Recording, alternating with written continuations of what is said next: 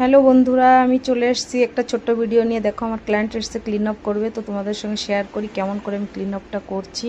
তো দেখো, ফার্স্ট টিস্যুতে জল ভিজিয়ে একটু মুখটা পুছে নিচ্ছি, কেন কি মুখে অনেক ডাস্ট বাগেরা থাকে, তো পুছে নিতে হয়। তারপরে নিয়েছি ক্লিনজার দিয়ে একটা 10 থেকে 15 মিনিট মাসাজ করতে হবে। তো দেখো করছি কেমন করে, তোমরা একটু দেখো। আমি জানাই যে প্রসেসটা আমি কেমন করে ক্লিন আপ করি। তো হয়ে গেছে। এখন মুখটা পুছে দিলাম জল দিয়ে। আবার এখন করতে হবে স্ক্রাব। দেখো, স্ক্রাব যে কোয়ান্টিটি দরকার নিয়ে নিলাম, মুখে লাগিয়ে দিলাম। এখন স্ক্রাবটা 2 থেকে 3 মিনিট মাসাজ করতে হয়, ওর থেকে বেশি করতে নেই। তো এখন 2 থেকে 3 মিনিট মাসাজ করছি। দেখো কমপ্লিট হয়ে গেছে। এখন আবার জল দিয়ে একটু পুছে দিলাম। এখন মাসাজ করতে হবে।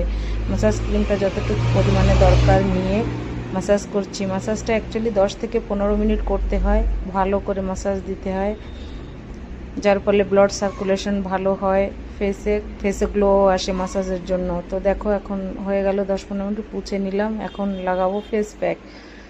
তো দেখো আমি এখন পুছে দিলাম পুরো কমপ্লিট। এই দেখো নিলাম একটু ফেস প্যাক, যতটুকু কোয়ান্টিটি দরকার লাগিয়ে দিচ্ছি। ফেস প্যাকটা লাগানোর পরে 10 থেকে 15 মিনিট শুকানো দরকার ফেসে। তো দেখো ফেস প্যাক লাগিয়ে দিয়েছি। এখন শুকিয়ে গেছে, 10-15 মিনিট হয়ে গেছে। শুকানোর পরে যে দেখো পুছে দিলাম। তো তোমরা আমাকে কমেন্টের দ্বারা জানিও আমার ক্লিন আপটা কেমন লাগলো। দেখো কমপ্লিট ক্লিন আপ। টাটা।